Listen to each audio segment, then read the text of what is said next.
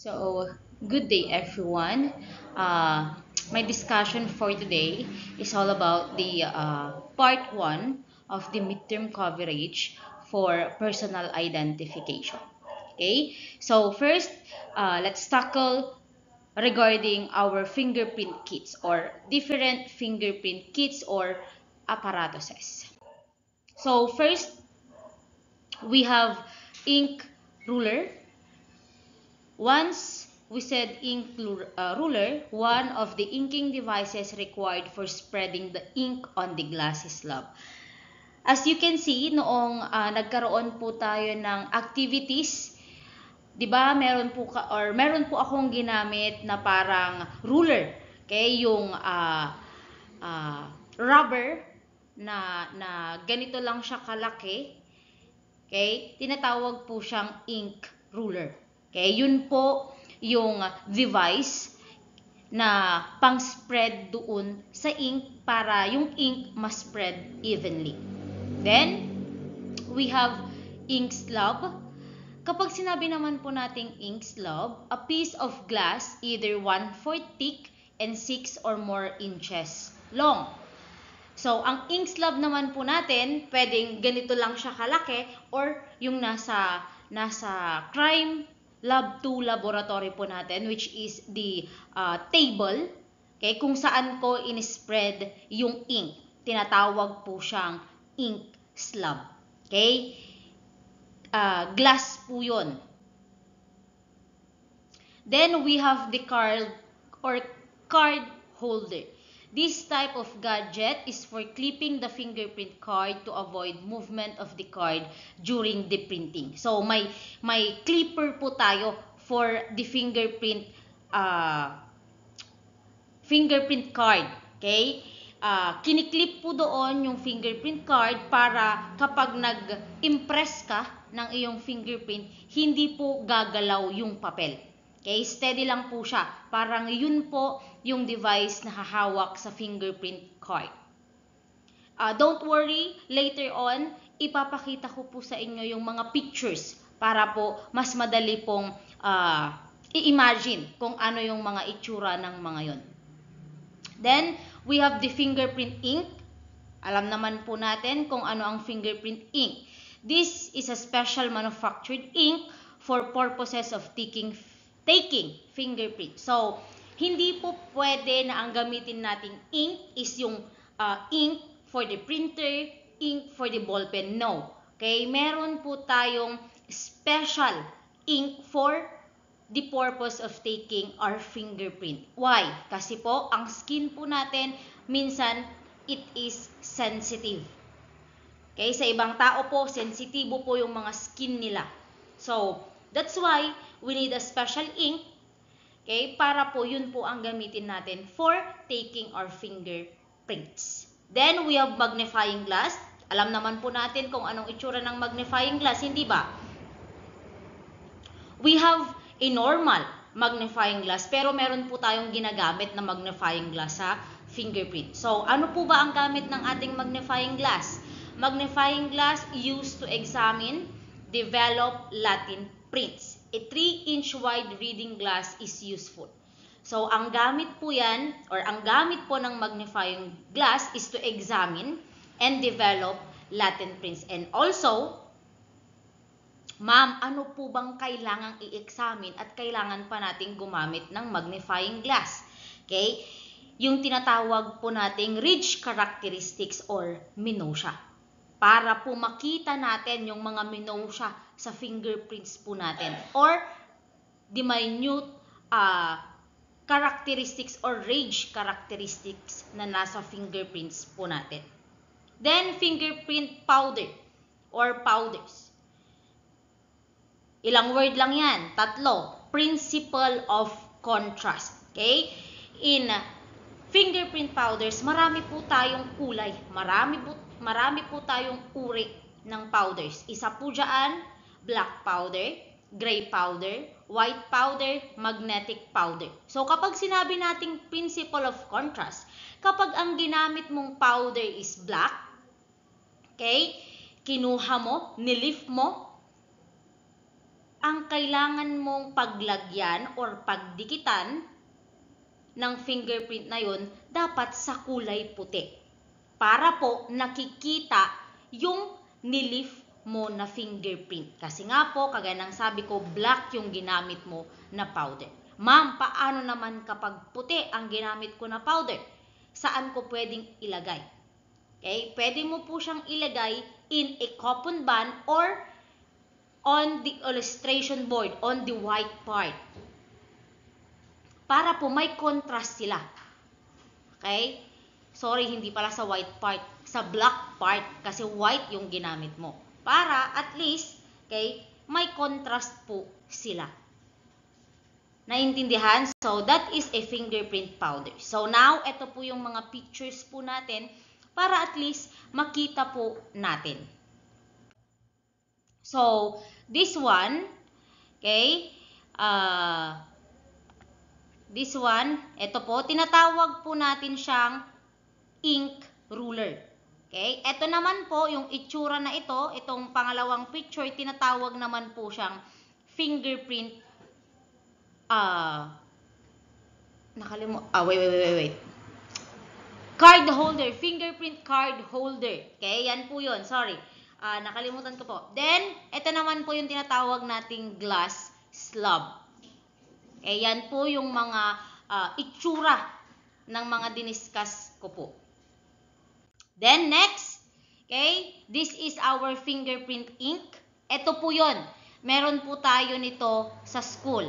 Okay, ito po yung tinatawag po nating magnifying glass na ginagamit po sa fingerprint. And then, okay, we have the, this is the stamp pad. Okay, stamp pad po ang tawag dyan, other form para po makakuha ka ng ink. Okay, so yan naman po yung isa. Then, okay, let's talk about regarding the fingerprint brushes. Marami po tayong uri ng fingerprint brushes, okay? Fingerprint brushes must be carried in pairs of 3. Fiberglass brushes are preferably used by technicians. Magnetic powders are carried. Use a magnetic device for application. So, marami po tayong uri ng mga brushes.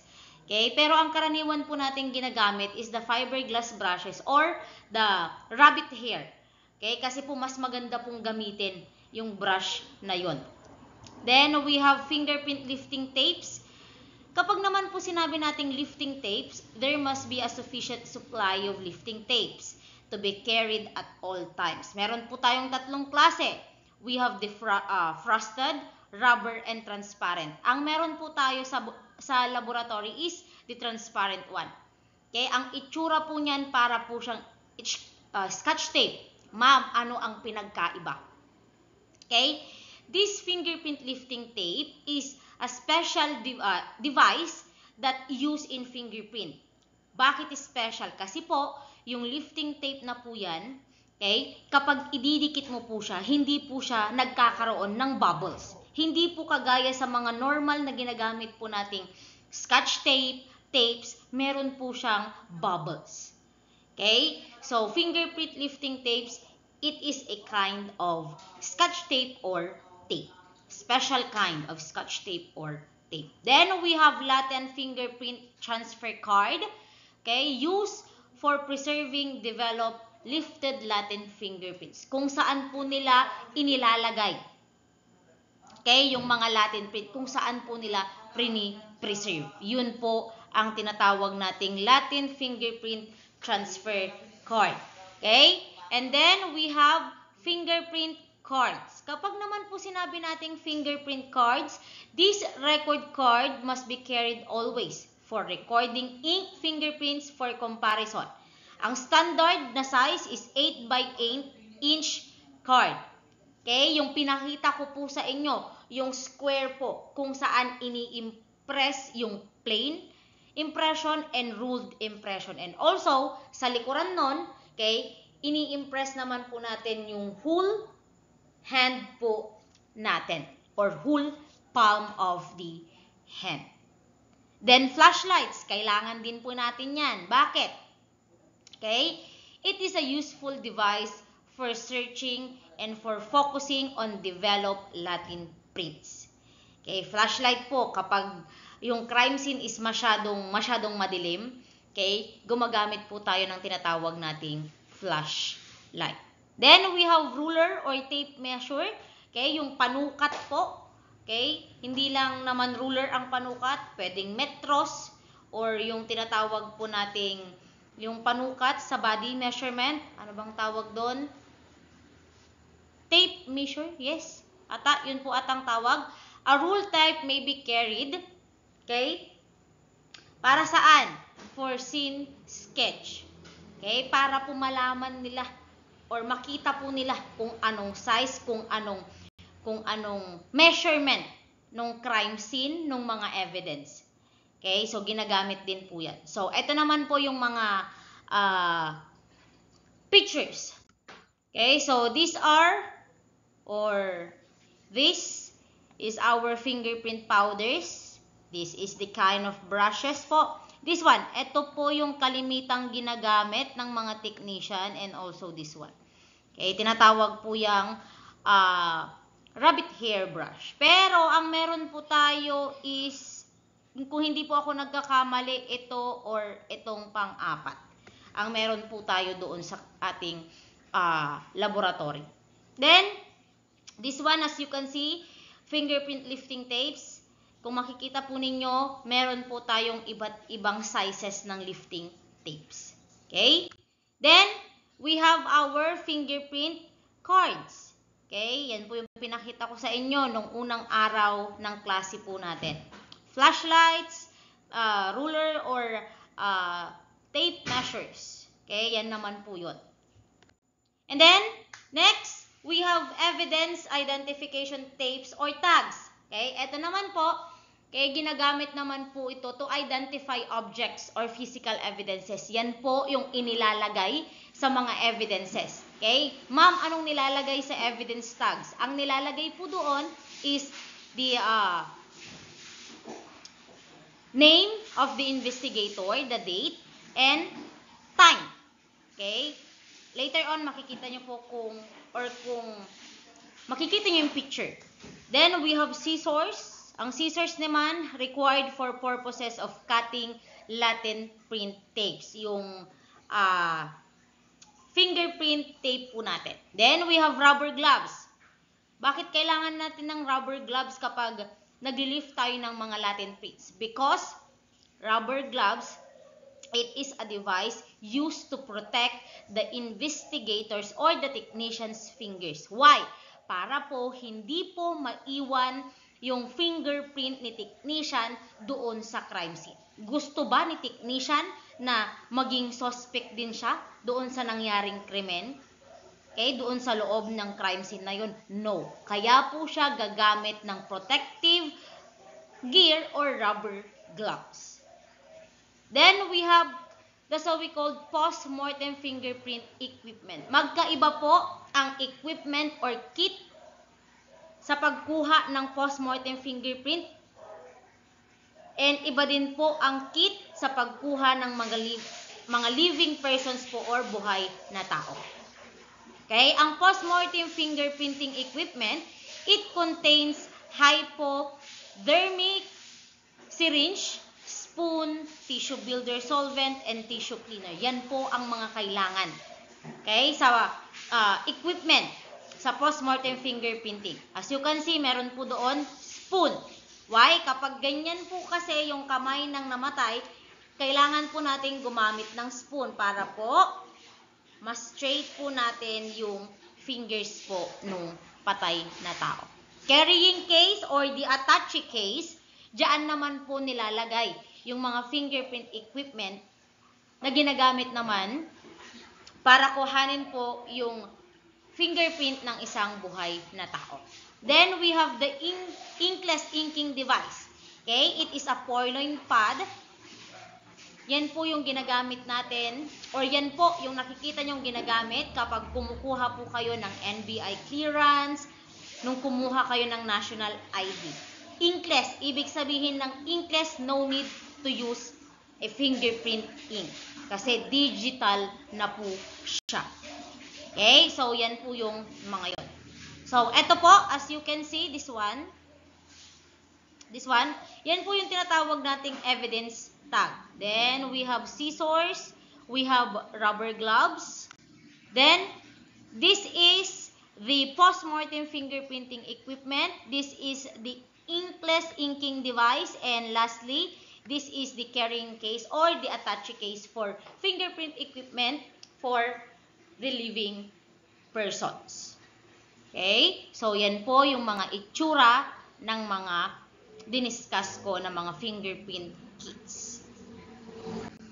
Next, let's talk about the 11 points to consider in taking legible fingerprints. Paano nga po ba makakuha ng maganda, malinis na fingerprint? Una, okay, cleanliness of the equipment. Yes, every time you use the equipment, lalong-lalo na po yung ink slab, ruler, kailangan mo po siyang linisan. Why? Kasi po, hindi po natin alam, okay, nagkakaroon po yan ng dust or mga foreign particles, foreign objects. So, dapat malinis po palagi yung mga equipments or kits po natin. Pangalawa, the right kind or amount of ink.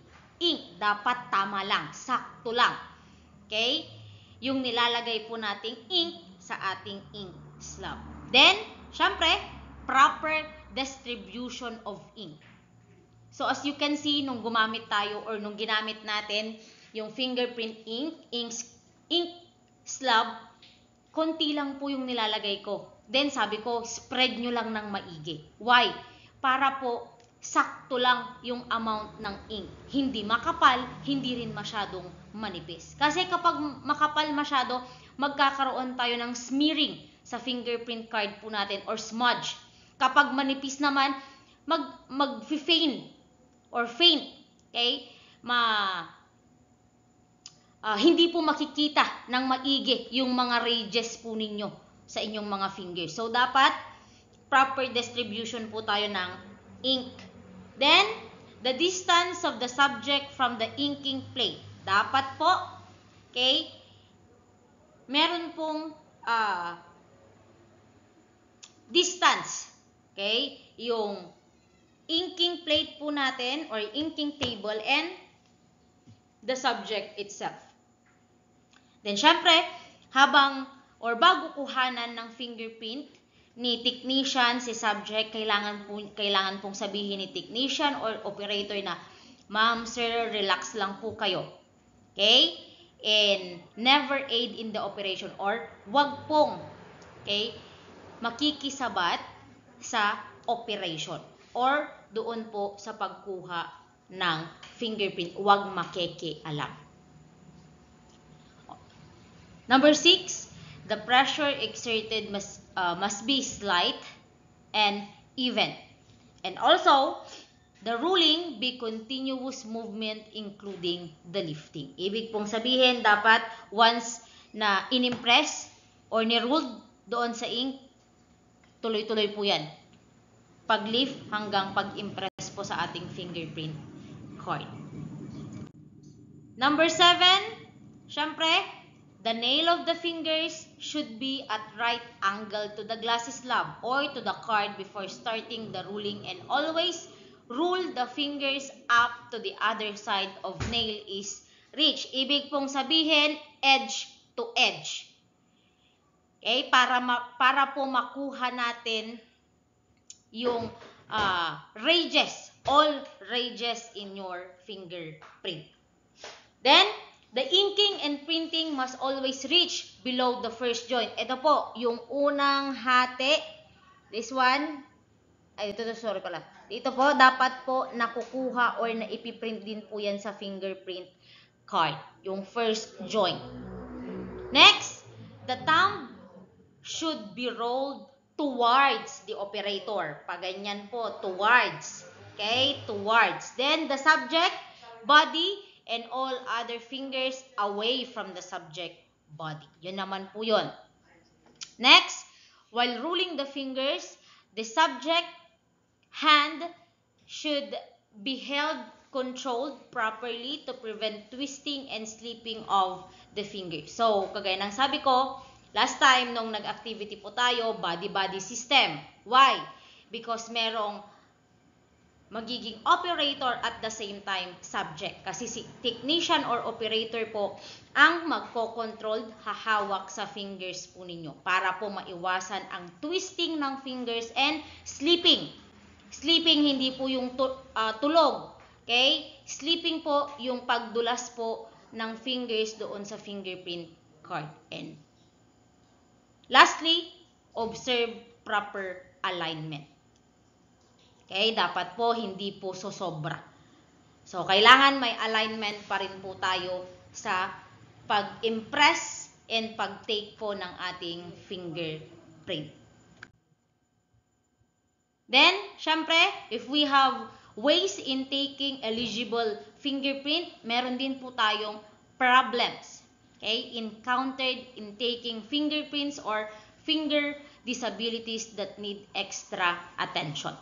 Una po dyan, pinakauna dyan, fingers have fresh cut wound. Okay, hindi po pwedeng kuhanan ng fingerprint yung fingers or mga daliri po na merong fresh cut wound or sugat. Hindi po pwede. Why? Kasi po, baka po ma-infection yung mga sugat nila, lalo na po kapag nakabuka pa po yung sugat and fresh pa po. Then, when the hand is perspiring excessively, ibig sabihin, pasmado po yung kamay.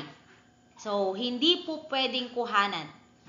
Pwede siyang kuhanan kung, okay, gagamitan mo po ng tinatawag po nating drying agent, which is the alcohol.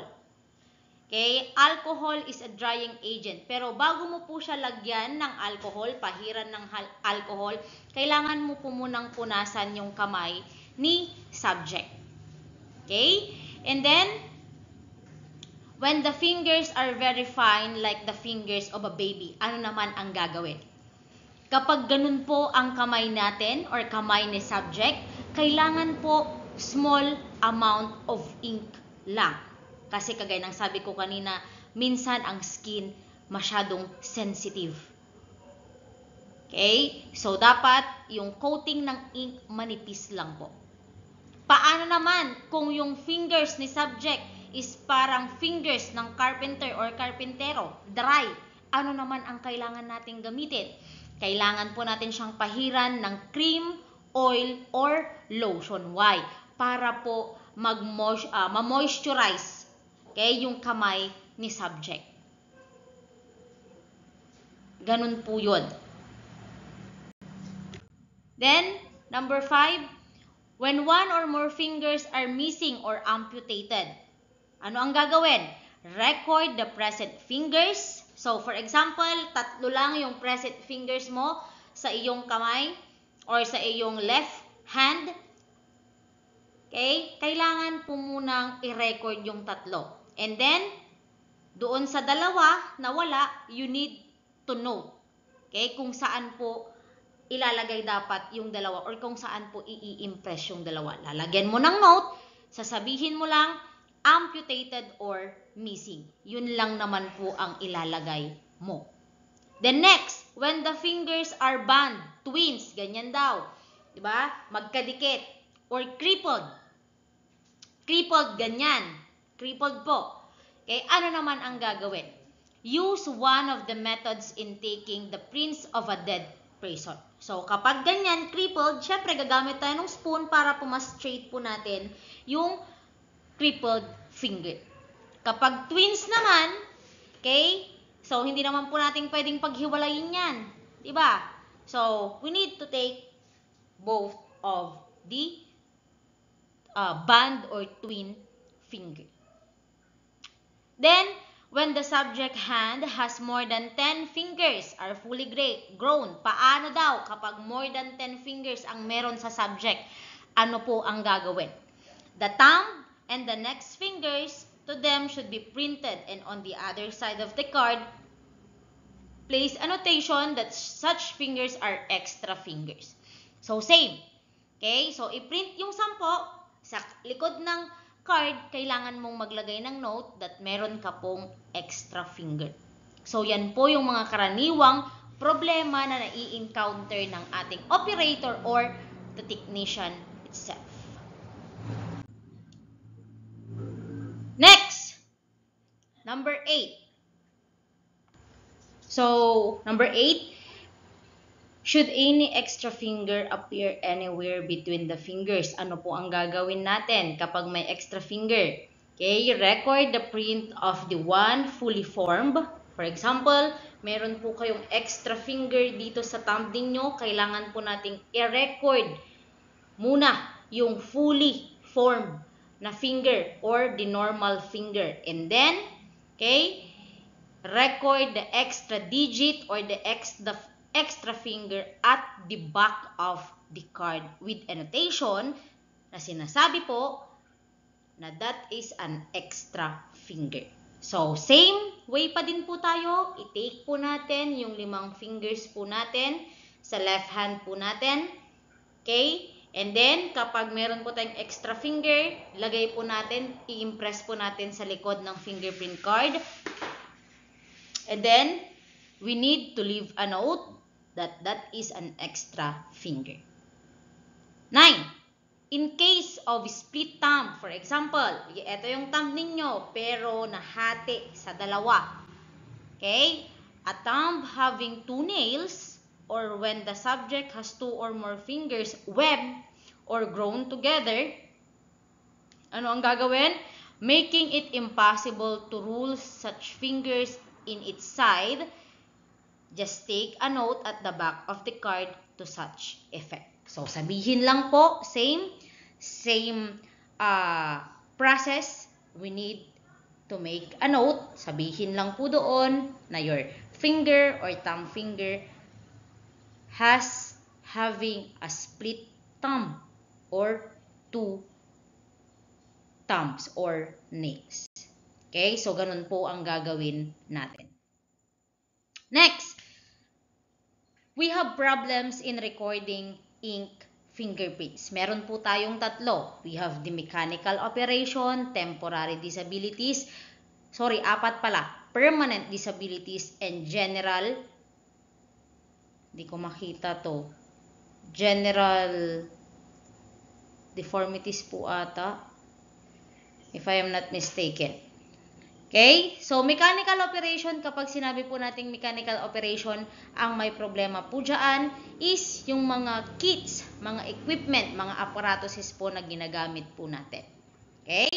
So, mechanical operation, in order to take fingerprints, the necessary equipment should be maintained in a neat and orderly manner at all times. Kagaya ng sabi ko kanina, every now and then, kapag gagamit po tayo ng ating mga equipment, kailangan po nating linisan.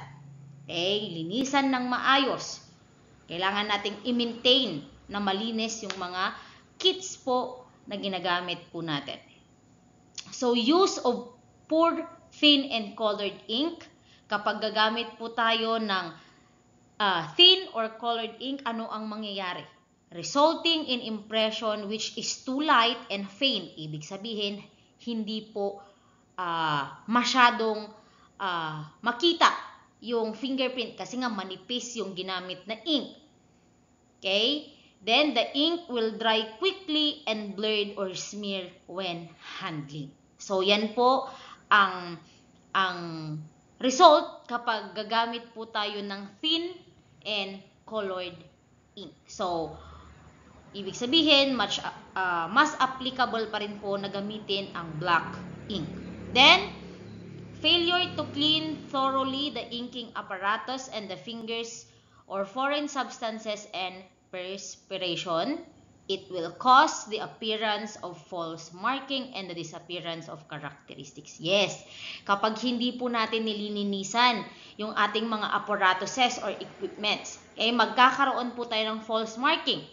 Diba? Kapag hindi mo nililinisan yung ruler and then ginamit mo ulit kinabukasan, in-spread mo ulit, yung rumi na dumikit sa ruler na yun, madidikit sa ating inking slab. And then kapag inimpress mo yung fingerprint mo doon, didikit naman po sa iyong fingers yung foreign substances. And then ididikit mo sa fingerprint card, magkakaroon ka ng mga butas-butas or parang sugat. False marking appearance po ang tawag doon. Makikita mo doon sa inimpress mo parang may sugat ka, pero kung titignan mo naman sa fingers mo, wala. So, false marking po ang tawag doon because of the foreign substances or foreign particles. Sa madaling sabi, mga alikabok. Okay? Dust. So, yun po yun. Next, windshield cleaner, gasoline, benzene, and alcohol are good cleansing agent. So, yan po yung ginagamit or pwedeng gamitin para po linisan yung mga equipment po natin. Windshield cleaner, yung ginagamit po ng mga four wheels na panlinis po ng kanilang windshield. Okay? Gasoline, gasolina, benzene, yung panlinis po ng sugat, then alcohol.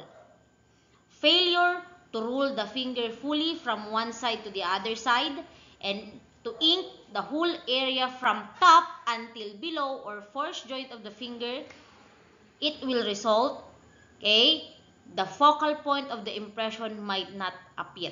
Focal point, ano yung dalawang focal point natin? It is the core and the delta. Kapag hindi po nakuha fully or edge to edge yung ating fingerprint, okay, baka po hindi po natin makita doon yung core at the same time yung delta po natin. Then, kung gagamit naman tayo ng too much ink, parang too much love will kill you ito, magkakaroon naman po tayo ng obliteration or obliterating or obscuring the ridges. Ibig sabihin, masisira po yung inimpress po nating ridges kapag gumamit po tayo ng sobra-sobrang ink naman po. Makapal. Okay? Minsan, hindi na po nakikita yung ridges ng ating fingerprints. The next, we have insufficient ink. Kapag naman po insufficient ink, kulang, syempre, kagaya ng sabi ko kanina, okay, ridges is light and faint to be counted or traced. So, faint or light, same as sa makapal, hindi po siya kita. Then, allowing the finger to slip or twist, magre-result po siya in smear or smearing, blurred and false appearing patterns. Yun naman po yun. So, ang mangyayari naman po dito, same, okay, magkakaroon po tayo ng smearing or smudging. And same, magkakaroon po tayo ng false appearance of the patterns. That is the mechanical operation. Now, let's go now to the temporary disabilities. So, ano naman yung mga temporary disabilities po natin? Una, we have the fresh cut, bandage, and blisters. Or blisters. Fresh, tawag po dito, fresh po na sugat.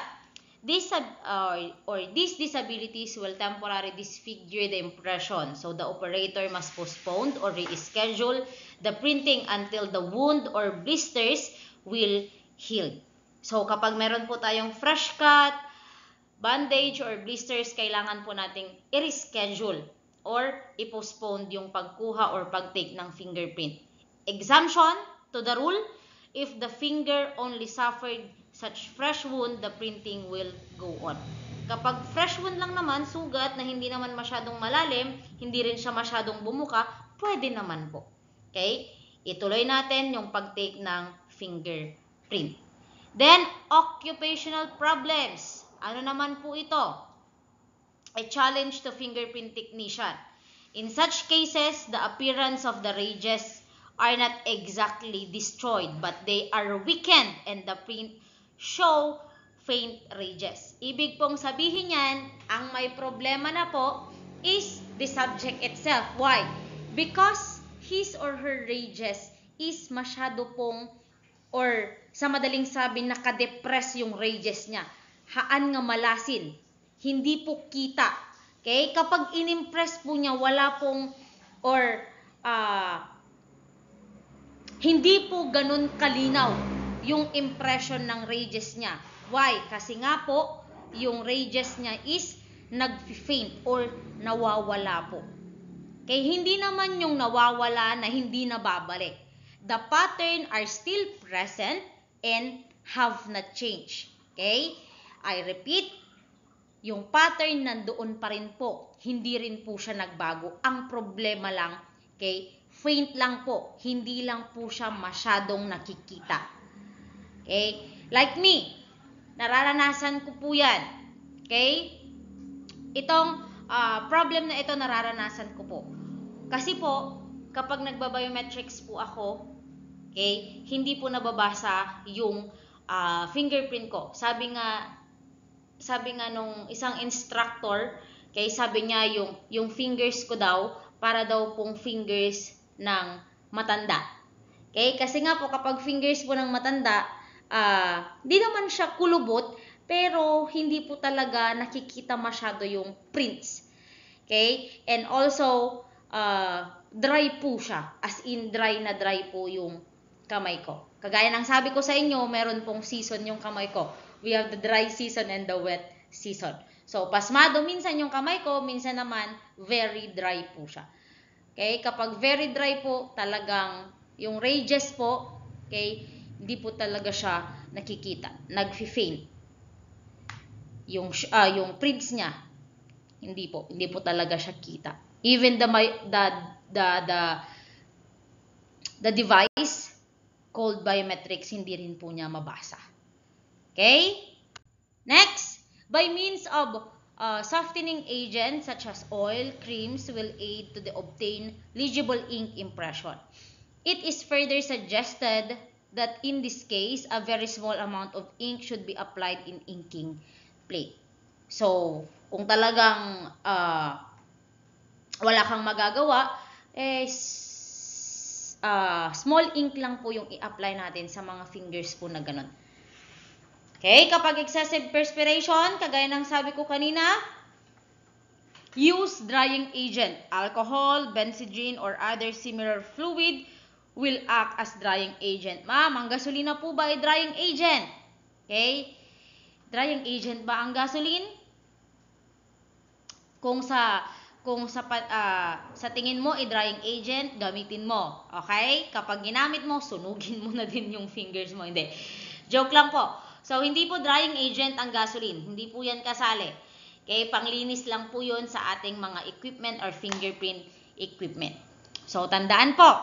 Okay? Huwag po nating gagamitin ang gasoline as a drying agent. Hindi po siya drying agent. Next, we have the permanent disabilities. Ito po yung mga permanent disabilities po ng fingers. Una, lack of fingers. Missing at birth. Lack of fingers, wala. Hindi siya perfectly talagang nabuo. Okay? Extra fingers or yung tawag po natin polydactyl or polydactylism. Crippled fingers, bent or broken. Amputated and fingers of the old or old ages. So, kung asan po yung mga yan, yun din po yung image na makikita ninyo, nandoon din po yun. So, this one, ito po, ang tawag po natin dito is lack of fingers. So, as you can see, 4 lang yung fingers niya. Ito naman po, it is the polydactylism. Meron po siyang extra fingers, which is this one. Okay? Ito naman po, crippled or broken fingers. Then, ito naman po, amputated fingers. Why? Ito po, nawala po yung first joint po niya. Ito naman po ang itsura ng old age skin or fingers po. Okay? So, yan po, permanent disabilities po yan. Okay? Hindi na po yan mababago. Then, ayun, general problems po pala. Sorry. So, general problems under this situation, A relative infrequent occurrence is the appearance of a person with extra fingers. A subject may show 2 thumbs or 2 little fingers on the same hand. Sometimes, the extra digit may appear on the index, middle, or ring fingers. But it happens not infrequently that a subject will have 2 split or web fingers. Such fingers should be fully rolled and take a note be made on the card. Split digits most often represent the thumbs with complete nail joints. So, ang general problem po kapag nagkakaroon po tayo ng extra fingers and split thumb or web fingers. Pero ang karaniwan po kasing nagkakaroon ng extra fingers is the little finger and the thumb finger. Okay, pangit naman po siguro kung ang malalagyan ng extra finger is the middle finger. Aba, pangit naman po siguro yon, hindi ba? So, karaniwan, nakikita natin, or majority, okay, ang merong extra finger is the thumb and the little finger. Okay, so yan po yung general problems po ng ating mga technician. Pero, as we go on naman, or regarding in our previous discussion, or in my previous slide, alam naman po natin ang gagawin kapag merong extra finger, kung meron tayong split thumb. Okay? So, for classification purposes, for example, meron tayong split thumb, kailangan ang need na i-impress or kunin ang impression is the inner. For example, na split yung thumb ko, dapat ang kukunin yung way na ito, yung nasa loob. Okay, yung nasa labas, which is this one, hindi po yan kukunin. Okay, ganun po kapag split thumb. Yung nasa inner thumb ang kukunin, not the outer thumb. Kasi nga split, nahati sa dalawa. Then, we have form blindness. Kapag naman po sinabi nating form blindness, it is the inability to see minute differences in form regarding shape, curves, angles, and sizes. Ibig sabihin, wala ka pong ability, okay? Inability. Wala kang kakayahan na makita yung differences regarding shapes, curves, angles, and sizes. Tinatawag po siyang form blindness. Okay? Pero kapag sinabi naman po nating form perception, it is the ability to see the differences regarding angles, forms, and sizes. Form perception or recognition takes place in the visual cortex of the brain, okay? Not the eye. So, ang ginagamit po natin for visual is not the eye. It is the brain. Ang mata, ginagamit lang po yan para makita yung tinitignan po natin. Pero ang gumagana, it is the brain or the cortex of the brain. Okay? Then we have other conditions of fingers. We have the hyperdactyly, brachydactyly, macro, oligo, penta, sempalange, and orthodactyly. Kapag sinabi nating hyperdactyly, it is characterized by the presence of more than the normal number of fingers or toes. Kapag brachy, abnormal shortness. Kapag macro, malalaki, congenital abnormal largeness. Oligo, syempre, oligo, kapag sinabi natin oligo, maliit, konti, fewer than the normal number of finger or toes. Okay, oligo is from the Greek word oligos, ibig sabihin few or scanty. Dactyly from the Greek word dactylus, which means fingers. Okay, oligodactyly is the opposite of polydactyly. Poly, merong extra, marami. Oligo, konti. Pentadactylus, it is the occurrence of 5 fingers or toes on the hands or foot. So, pentadactylus, occurrence of 5 fingers on our toes and hand or foot. Sempalange, end-to-end fusion of the phalanges or the fingers or toes. Ortho, fingers and toes cannot be flexed. Ibig sabihin, hindi mo siya na-flex. Okay? Hindi mo siya nagaganyan. Di mo siya na-flex. Orthodactyly po ang tawag doon. Okay, so ito po yung mga yon, yung mga pictures. Oh, this one. This one is the polydactylism or the polydactyly. Ito naman, fewer is the oligo. This is the macro. This is the branchi, if I am not mistaken. Kapag irregular shortness. Then, this one. Yan po yung mga yan. Kapag hindi natin na flex, ortho. Okay. Next po tayo. Okay, so yun yung mga pictures po ng other permanent disabilities po natin. Next, we have the postmortem fingerprinting. Okay, what are the techniques in taking fingerprint impressions or the classes of deceased or dead person? So, in case of newly dead, paano iti-take yung fingerprint niya? Fingers are flexible kasi nga bagong patay pa lang po. Okay? Hindi pa po nagsiset yung tinatawag po nating rigor mortis. Okay? Kapag rigor mortis, it is the stiffening of the body. Hindi pa po yun nagsiset or hindi pa po nagsiset yung body into rigor mortis. Kaya yung fingers, flexible pa po. It is often possible to secure ink fingerprint impression through a regular inking process on a standard fingerprint.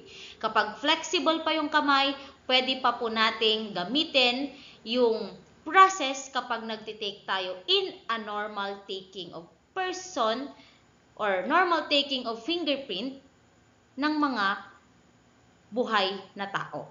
It is convenient to cut the 10 squares numbered for the ruled impression from a fingerprint card. After the finger is inked, the square is ruled around the finger without letting it up. So, no need na ang gumalaw or ang igalaw is the finger of the dead person. Yung fingerprint card or square na po ang igagalaw, ang iikot. Okay? After all ink impressions are properly taken, the 10 squares bearing the impressions are pasted or stapled to standard fingerprint card in their proper position. So, kailangan po, once na matapos ang taking of the 10 fingers, ilalagay po or i-staple or stapler po sa isang buong fingerprint card pa rin po. Okay? That is in cases of newly dead. Paano naman kapag in cases of rigor mortis? Ibig sabihin kapag nag-set na po yung rigor mortis natin or the stiffening of the body. Kasi ang katawan po natin, okay, nagsiset po yan. Okay? Yung ibagbagadang tangtangken, lutlot ng tangtangken, or mauuna po is lutlot ng tangtangken, lutlot ng tangtangken. Okay?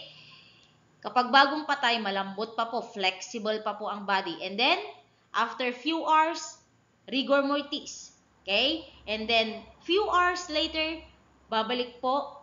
Okay? Magiging flexible po ulit hanggang the last process of the body, set, which is the rigor mortis. Matigas na po yung katawan ng tao. Ano naman ang gagawin? Paano naman iti-take?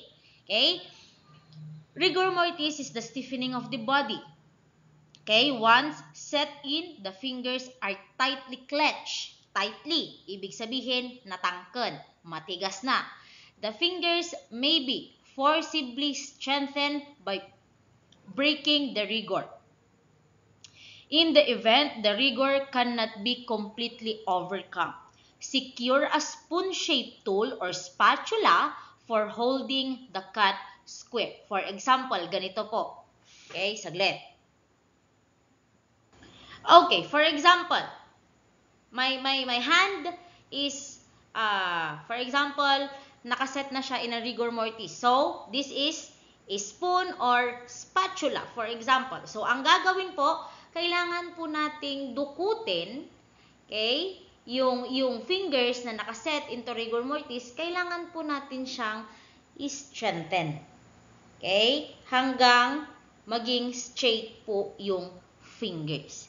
In case the tip of the fingers are fairly pliable and intact due to the presence of wrinkles in the skin, where complete impression cannot be made, inject a tissue builder or yung tinatawag po nating glycerin or water. Kapag glycerin, it is a water and sugar. Glycerin. Glucose. Okay? Para saan? Para po yung ridges, okay, yung skin nung patay is parang magkaroon ng laman. Bumsog, nga kunada, para po maging or mag-rise po ulit yung ridges. So, kailangan po nilang mag-inject ng tissue builder or glycerin or water. 'Di ba? Kapag sa mga manok, for example, okay, in a simple example po, 'di ba, kapag manok, kapag payat, tinuturukan ng tubig para magandang tignan, matabang tignan. Ganon din po sa kamay ng mga taong patay. Okay? So, ganyan naman po in cases where rigor mortis set in. Then, we have scalpel, silene or silene, and incision. Kapag sinabi nating scalpel, used to cut finger joints of dead body. Scalpel, putol, cut. Yung joint or yung buong finger ng katawan. Silene or silene, it is a chemical which will readily clean the grease and fatty matter the fingers.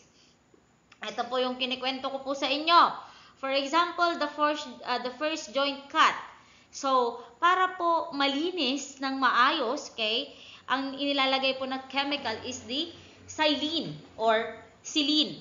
Okay, para po matanggal yung grease, okay, yung taba-taba, yung mantika nung kamay or finger. Then incision, it is the process of cutting the fingers for examination of ridge details. Incision, kakat lang po. Okay, cutting. Just cut. Okay, so yan naman po yung ginagawa nila. Then, paano naman kapag in cases of badly decomposed bodies, ibig sabihin nabulok, badly decomposed, nabubulok ng mga katawan, ano ang gagawin? Okay? Examine the fingers if they are all present. If not, exert effort to determine whether the missing finger is an amputation during the person's lifetime. Ibig sabihin, kapag yung nawala po bang fingers is nangyari po yun habang buhay pa yung subject or yung tao. Or whether the loss was due to the destruction by the animals or marine life. Ibig sabihin, baka kinain ng aso or ng animals or marine life. Okay?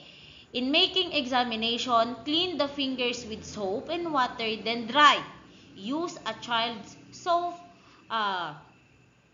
bristled toothbrush or cotton swab to clean the finger. So, ganyan po kapag badly decomposed.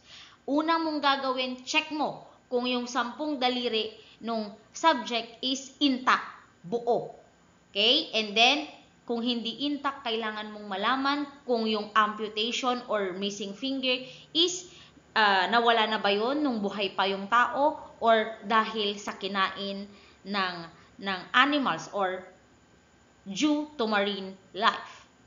Okay? Kapag nalaman mo yun, then that's the time na gagawin mo yung process na lilinisan, okay, huhugasan, and then kailangan mong gumamit ng different kits, equipments, okay, para po malinisan ng maayos yung fingers.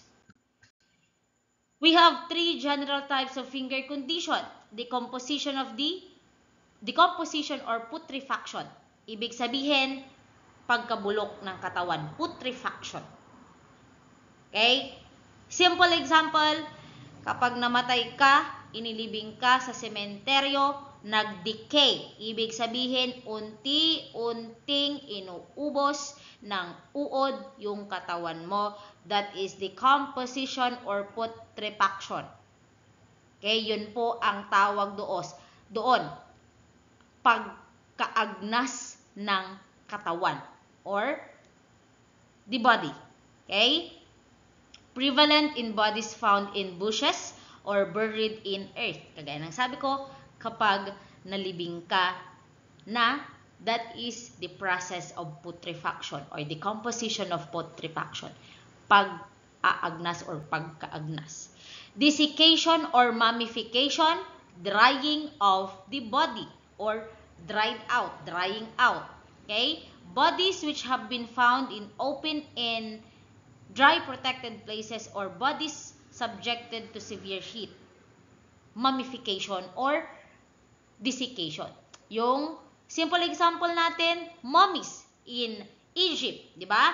Noon po kasi hindi po kasi uso sa kanila yung ililibing or maghuhukay, itatapon or ilalagay sa lupa. Kaya hindi po. Ang ginagawa po nila, minamumify po nila. Ibig sabihin, binabalutan po nila ng cloth yung katawan ng patay na tao and then nilalagay po nila in a dry protected place or severe heat. Okay? Para po yung katawan madry, matanggal lahat ng liquid doon sa katawan. That is desiccation or mummification. Kapag maceration naman, it is the water soaking. Ibig sabihin, na-soak ng matagal or na-immerse, nalubog ng matagal yung katawan sa tubig. That is maceration or water soaking. Okay? That are the three general types of finger condition. Next, in cases naman, in advanced decomposition. Okay? Kapag advanced decomposition, ibig pong sabihin, na-advance po yung pag-decompose ng katawan, yung pagkaagnas ng katawan. For example, imbis na 5 years to 10 years maaagnas dapat yung katawan, 1 year na aagnas na. Okay. Remove the skin from the finger or cut the fingers itself, then soak it 10 to 15% of formaldehyde solution.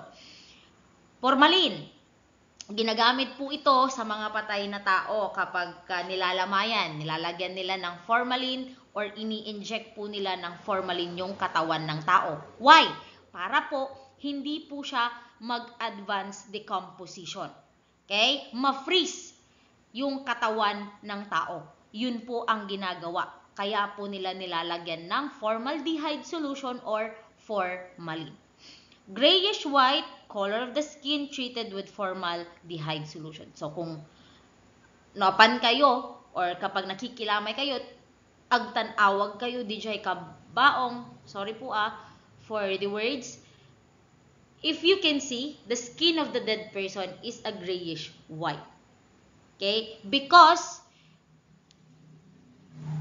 of the formaldehyde solution na ini-inject po. When the skin hardens sufficiently, wipe with a dry piece of cloth, then place to the operator's own fingers and held it in place by his other hand. Ink and ruled as through the operator were printing his own finger. So, ganyan po ang nangyayari in cases of advanced decomposition. Okay, so yung operators na po ang bahala. Okay? Gumagamit po siya or ginagamit po ng operators yung own fingers niya para po ma-roll po niya yung fingerprint nung dead person. Oh, so that was the end of our discussion for the part 1. Nakala ko meron pa po. So, yun lang naman. Part 2 will be next. Okay, so thank you and God bless. Bye!